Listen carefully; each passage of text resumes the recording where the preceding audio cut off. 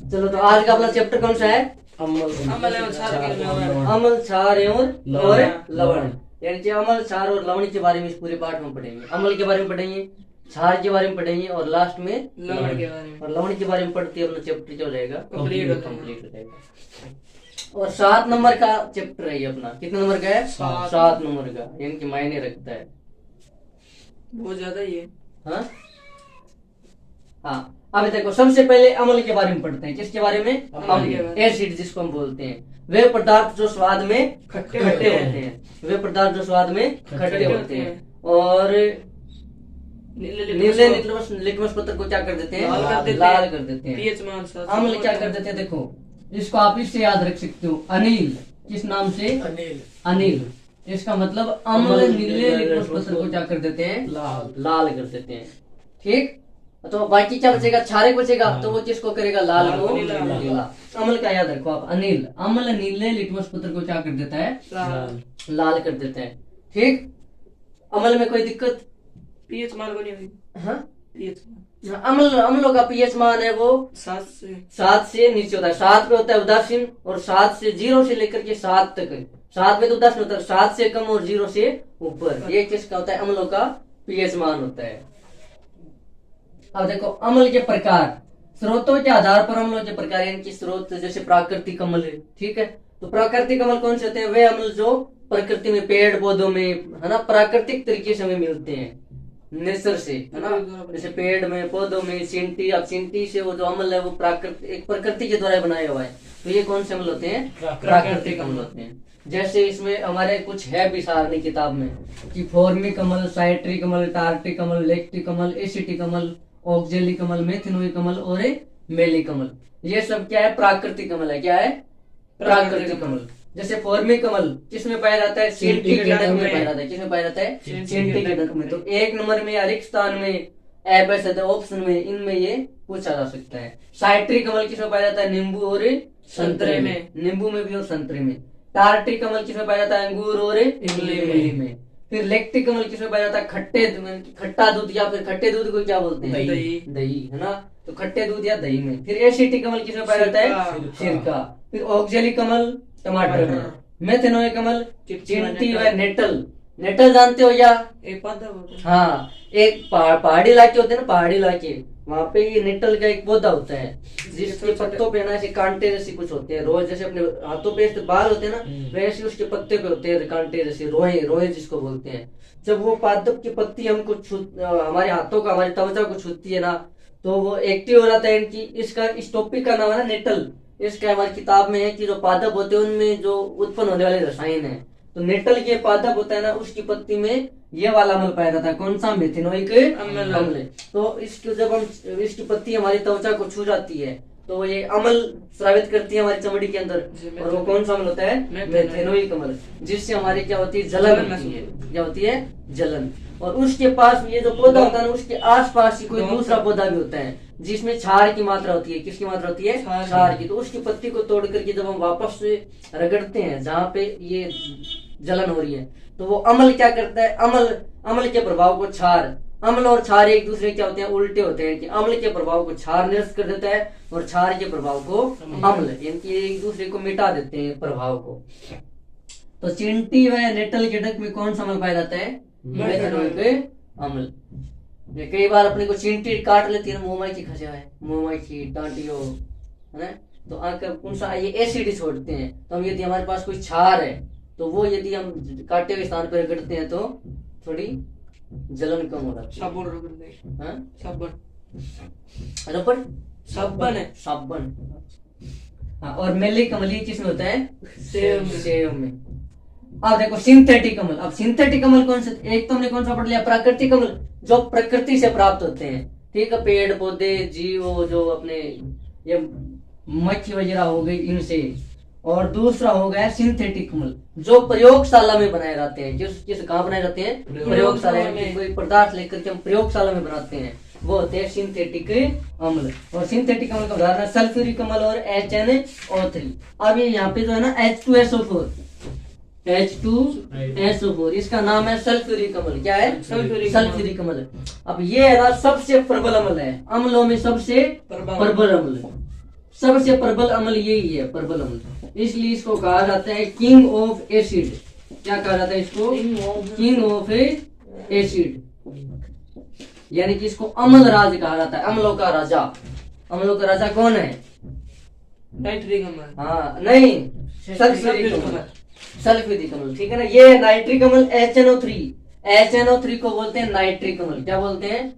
Nitric अम्ल। और H2SO4 को बोलते हैं सल्फ्यूरिक अम्ल। ये तो है नाइट्रिक अम्ल।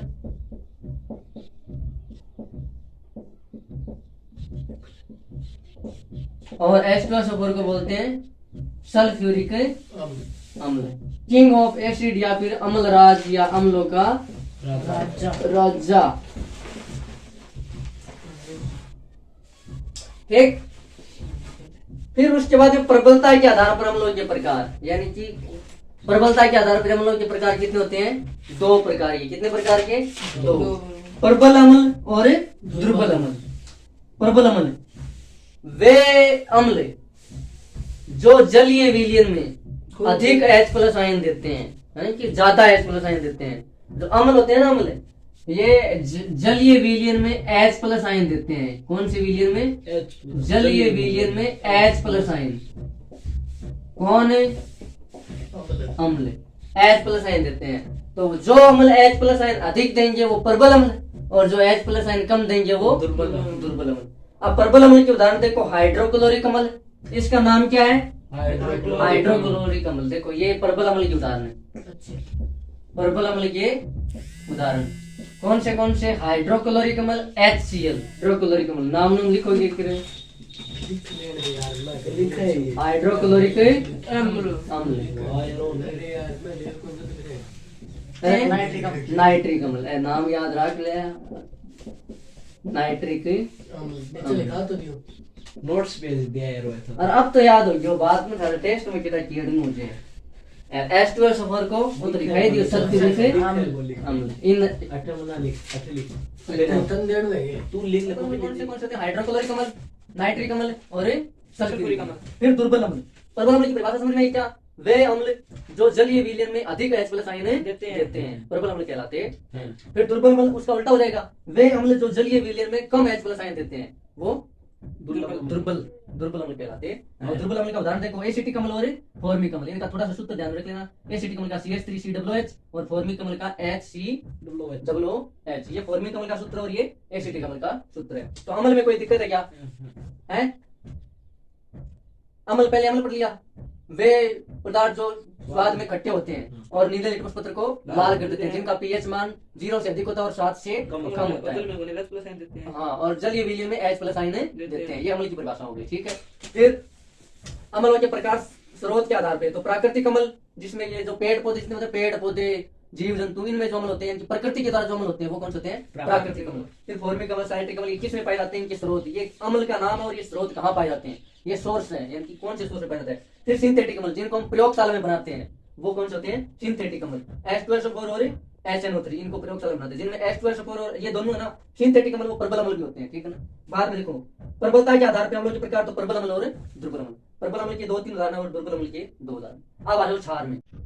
वे पदार्थ जो स्वाद में कड़वे होते हैं, क्या होते हैं? कड़वे, और स्पर्श करने पे साबुन जैसे लगते हैं। छू के देखना पड़ता है, साबुन देख रही साबुन या कोना भी कैसे, तो स्पर्श करने पे क्या लगते हैं? स्वाद में तो होते हैं कड़वे, और स्पर्श करने पे कैसे लगते हैं? साबुन के जैसे। और ये क्या करते हैं? जैसे अम्ल यदि नीले को लाल करता है तो सारे क्या कर देते हैं? लाल लिटमस पत्र को नीला। ऐसे डायरेक्ट मतलब लाल को नीला करता है। अब कौन से लाल और कौन सा नीलो? लिटमस देखो 2 चीजें होती है। एक तो होता है लिटमस पत्र, एक तो क्या होता है? लिटमस पत्र। और एक होता है लिटमस या तो डायरेक्टली या फिर ऐसी बात सकते हैं लिटमस विलियन, या तो डायरेक्टली लिटमस या फिर लिटमस विलियन। पत्र अलग है और ये अलग है। ठीक है। ये सूचक होते हैं। क्या होते हैं? सूचक। ये भी सूचक है और ये भी सूचक है। सूचक का मतलब सूचना देता है, जो सूचना देता है ना। सूचक नाम में देखो सूचक है कि जो सूचना देते हैं किसकी? अम्ल और क्षार की। ठीक है। अब देखो स्वाद में कैसे होते हैं? कड़वे। स्पर्श करने पे, छूने पर कैसे लगते हैं? साबुन जैसे। छूने पर कैसे लगते हैं? साबुन जैसे। स्पर्श करने पे साबुन जैसे लगते हैं। और लाल लिटमस, लाल को क्या कर देते हैं? नीला। लाल लिटमस पत्र को नीला कर देते हैं। कौन? क्षार। इनको क्षारक भी बोलते हैं। क्या बोलते हैं? क्षारक। वैसे इनको क्षारक ही बोलना चाहिए। और क्षार होते हैं जल में घुलनशील। ठीक है ना। ये तो एक्चुअल में नाम तो क्षारक ही है, पाठ का नाम है अपना ऐसे है, अम्ल क्षारक और लवण। लेकिन हम क्या करते हैं, हम शॉर्टकट ज्यादा लेते हैं ना, तो हम क्षारक से क्षार क्षार क्षार क्षार क्षार। लेकिन क्षारक तो ये हाँ, सभी क्षार है वो क्षारक नहीं हो सकते, लेकिन सभी क्षारक है वो क्षार हो सकते हैं। क्षार क्या होते हैं? जल में घुलनशील क्षारक को क्या कहते हैं? क्षार कहते हैं। तो लगभग जितने भी क्षारक है ना वो जल में घुल जाते हैं, इसीलिए फिर हम क्या कर लेते हैं, क्षार क्षार क्षार। लेकिन याद रखने की परिभाषा है, क्षार को परिभाषित कीजिए तो वे क्षारक जो जल में घुल जाते हैं, जल में घुलनशील क्षारक को क्षार। ठीक, कोई दिक्कत थोड़ी है, कोई दिक्कत नहीं। और जल में घुल करके क्या देते हैं? OH माइनस आइन। क्या देते हैं? OH माइनस आइन। अम्ल तो क्या देते हैं? H प्लस आइन। और क्षार क्या देते हैं? OH माइनस आइन। एक तरीके से अंतर भी हो जाएगा ना इन दोनों में, बाई चांस आ जाए अम्ल और क्षार में अंतर, तो ये इस तरीके से बाद में देखो। इनको सरसरी नजर से एक बार पढ़ना है भाई। क्या पीएच मान? पीएच मान इसका 7 से अधिक होता है, इनके 7 से तो ज्यादा होता है, और 7 और 14 के बीच में होता है। पीएच स्केल अपनी आगे आएगी, वो अम्लों को मापने का एक मापदंड है, अम्ल और क्षारकों को। किसी पदार्थ की पीएच कितनी है, एक किसी पदार्थ की कितनी प्रबलता है, पी का मतलब पुष्टांश होता है, जिसका मतलब होता है शक्ति। हाँ बिल्कुल बिल्कुल। एक वे पदार्थ जो स्वाद में कड़वे होते हैं, स्पर्श करने में साबुन जैसे लगते हैं, लाल लिटमस पत्थर को नीला कर देते हैं, और जल में कौन से आयन देते हैं? OH minus ion. और इसका पीएच मान क्या होता है? 7 से अधिक होता है और 14 या 14 से कम होता है। ठीक। अब क्षार की भी प्रकार प्रबलता के आधार पे, तो पहला है प्रबल क्षार और दुर्बल क्षार। तो वे क्षार जो जल में OH माइनस आयन अधिक देते हैं, क्या देते हैं? OH minus ion. H plus ion को तो बोलते हैं हाइड्रोनियम आयन। क्या बोलते हैं? हाइड्रोनियम। हाँ। और OH माइनस को बोलते हैं हाइड्रोक्साइड।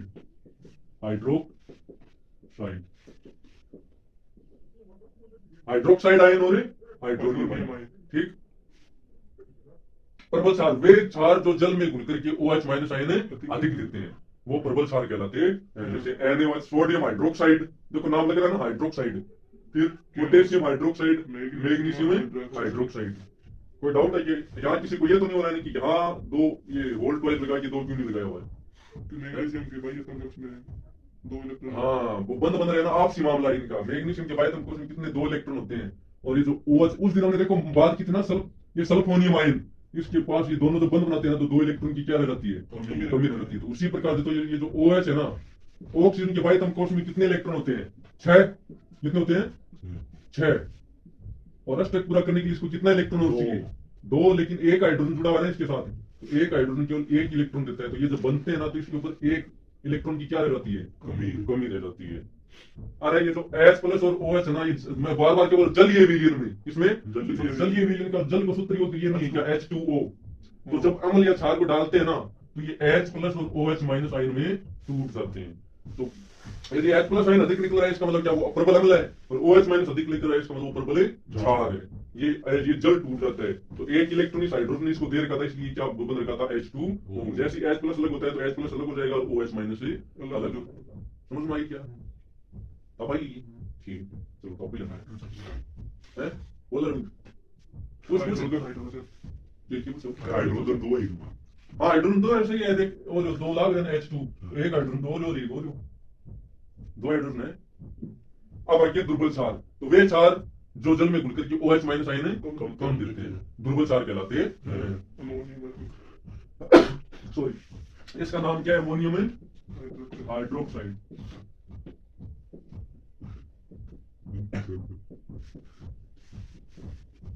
ज्यादातर जब हम क्षार देखेंगे ना, तो उनके लास्ट में हाइड्रोक्साइड लगा हुआ मिलेगा। और जो अम्ल होता है ना, उनका तो अजीब अजीब से नाम होते हैं, सल्फ्यूरिक अम्ल, नाइट्रिक अम्ल, कहीं रिलेटेड नहीं है। इनको हम देख करके बता सकते हैं। अमोनियम मतलब NH3 को अमोनिया बोलते हैं। क्या बोलते हैं? NH3 को अमोनिया। इसका नाम क्या है? अमोनिया। इसको यूरिया भी बोलते हैं। अरे यूरिया क्या हो गया तक मैं बस यूरिया टेक्या कड़बड़ी मनसी से टेक्या है। हाँ, तो उस यूरिया का सूत्र क्या है? NH3। हाँ, तो ये अमोनियम है हाइड्रोक्साइड। उसके बाद में आगे हम बात करें किसकी? सूचक की। किसकी बात करें? सूचक। अरे यहां तक चीजें समझ में क्या?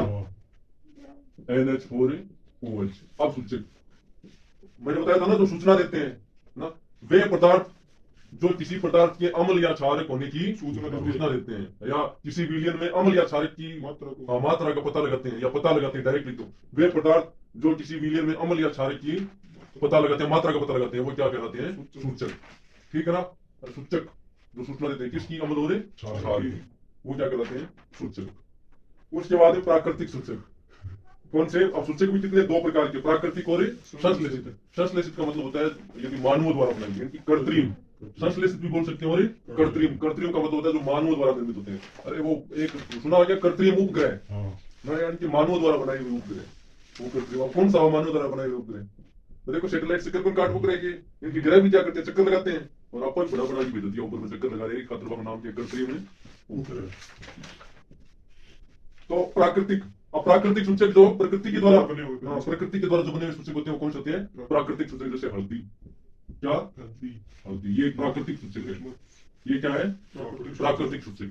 यार कई बार देखो अपन खाना खाते हैं तो हमारे यदि यदि मान लो हमने सफेद शर्ट पहन रखा है, सफेद पे ज्यादा दिखेगा, तो मान लो हमने पहन रखा है और खाना खा रहे हैं, और सब्जी का क्या दाग या तो पालक क्या खाते हैं, उसमें गिर गई सब्जी, तो उसको धोते हैं ना, तो पीला पीला रंग छोड़ देती है। हाँ, इसके रंग में क्या हो जाता है? परिवर्तन हो जाता है, क्योंकि हम साबुन से धोते हैं, और साबुन में क्या पाए जाते हैं? क्षार पाए जाते हैं, क्षार पाए जाते हैं, तो वो रंग में क्या हो जाता है? परिवर्तन हो जाता है। ठीक है, भूरे रंग क्यों चाहिए थोड़ी थोड़ी, और ज्यादा तो लाल भूरे रंग। ठीक है, वो दापो देखा दिखी।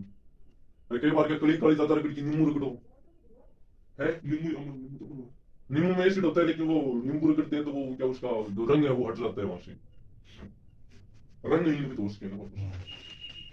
हल्दी, और भी मान लो कोई प्याज, लौंग का तेल, ये सब प्रकृति से मिल रहे हैं, है ना? वेनिला, और एक लिटमस विलियन। देखो एक तो होता है लिटमस पत्थर सूचक में, क्या होता है? लिटमस पत्थर, जो दो रंग होते हैं, लाल और नीला, लाल और नीला। और एक होता है लिटमस, या तो डायरेक्ट लिटमस या फिर लिटमस विलियन। अब ये क्या होता है लिटमस विलियन? यानी कि एक लिचेन पौधा होता है, लिचेन पौधे के थैलेफाइटा समूह है। कौन सा पौधा? लिचेन। और उसका समूह कौन सा? थैलेफाइटा। इस समूह का होता है। और इस विलियन का रंग कौन सा होता है? गुलाबी। क्या रंग होता है? गुलाबी रंग।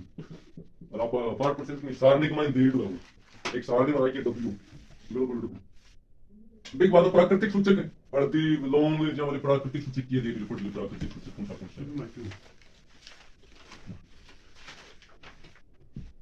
हाँ देखो लाइन है ना, पहलो पेज ना, मैं सारे को पार्ट चालू हुए।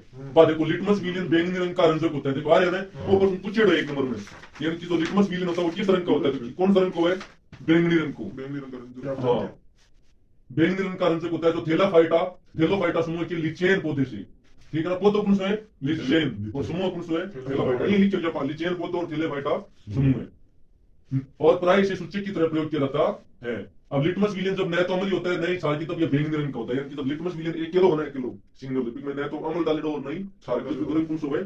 सॉरी आप रंग गलत लिख दिए, क्या बैंगनी रंग हो। और जो विलियन होना, विलियन इसका कौन सा रंग होता है? बैंगनी रंग का। ये पूछा हुआ है, ये जो लिटमस विलियन होता है वो किस रंग का होता है? बैंगनी रंग का।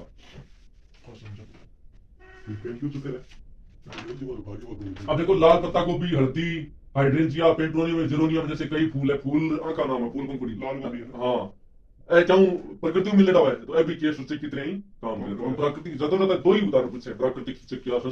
दो हल्दी, लिटमस विलियन, ऐसा किया प्राकृतिक सूचक। हाँ, और याद रखो ना, लाल पत्ता गोभी, हल्दी, हाइड्रेंजिया, पेट्रोनिया और जेरानियम, कई फूलों की रंगीन पंखुड़ियां किसी विलियन में वाले अनुसार की उपस्थिति को सूचित करते हैं। फूल की पंखुड़ी है, ठीक है। बाद में किसी याद ही नहीं, ये बोल याद थी। और बाद में अभी कौन सा है? गंधीय सूचक है। कौन सा है? गंधीय सूचक। वे सूचक जो अम्ल व क्षार के संपर्क में आकर के अपनी गंध में क्या कर लेते हैं? परिवर्तन कर लेते हैं। नाम में देखो गंध, यानी कि गंध बदल जाती है उनकी, तो वो कौन से सूचक होते हैं? गंधीय सूचक। और इसका उदाहरण है प्याज, लौंग का तेल, लौंग के तेल निकाल अरे वेनिला, इनको पानी पिया भाई, वेनिला को पानी है भाई, जब आप दुकान जाके मांगते हैं ये तो पानी की चीज कब वेनिला देगा, प्लीज अमोनिया का मैंने आसुजल का पीएच मान कितना होता है 7, यानी कि वो ये जो बोतलें आती है ना ग्लूकोज चढ़ाने के टाइम पे, उन बोतलों में आसुजल भरा होता है, वो नया तो अम्ल ही होता है और नहीं क्षार होता है। जब मान लो आपको कोई दवाई अगर क्षार की अम्ल, क्योंकि दवाई तो भांति भांति की मिलानी पड़ती है झूठ दो मरीज में, तो बाद में कोई साइड इफेक्ट नहीं करेगा, तो पानी का को पहले आंसू आंसू यानी कि देखो उदासीन, और देखो पानी होने बोला उदासीन, और जिसको पीएच मान 7 है वो बचाए विलियन और पदार्थ हो, उदासीन विलियन में बोल सकते हैं उदासीन। ठीक है, एक अपना आकाशी उदासीनीकरण अभिक्रिया, उदासीनीकरण अभिक्रिया, जिसमें अम्ल क्षारक दोनों में एक दूसरे के प्रभाव को निरस्त कर देते हैं और लवण और जल बनाते हैं, वो ये उदासीनीकरण अभिक्रिया। तो नाम याद रखो, उदासीन विलयन को पीएच मान जो है 7, यानी कि अम्ल और क्षार यदि आपस में क्रिया करते हैं तो वो आपस में एक दूसरे के प्रभाव नहीं करते नष्ट कर देते, और लवण और जल यानी कि उदासीन कर देंगे, तो इसलिए उस अभिक्रिया का नाम क्या रहेगा उदासीनीकरण अभिक्रिया। उसके बाद में कृत्रिम या संश्लेषित, तो वे सूचक जो मानव द्वारा निर्मित किए गए, ठीक है, मानव द्वारा बनाए होते हैं, वो कृत्रिम या संश्लेषित सूचक कहलाते हैं। और इसके 2 उदाहरण हैं, मेथिल ऑरेंज लिख ले, अभी इंपॉर्टेंट है, सारे इंपॉर्टेंट है, एक एक नंबर की प्रश्न यदि उठेंगे ना तो इधर से उठेंगे। मेथिल ऑरेंज है, ये कर लीजिए, मैंने को तू लिख ले बैठ लो, मैं देख लेगा। मेथिल ऑरेंज तो ये और डबिया बना के लिखो थे, सगड़ा बेटा देख के बोल दे मेथिल ऑरेंज। और देखो इस ये नाम तो याद रह जाएगा मेथिल ऑरेंज, उस नाम में कंफ्यूज होती है तो उस नाम को अलग अलग तोड़ लेना। पहले तो बोलो फिनोल, फिनो आधा लेफ है फिनोल पे, और बाद में लिख दो थेलीन, हाँ वो नाम। इन जब तक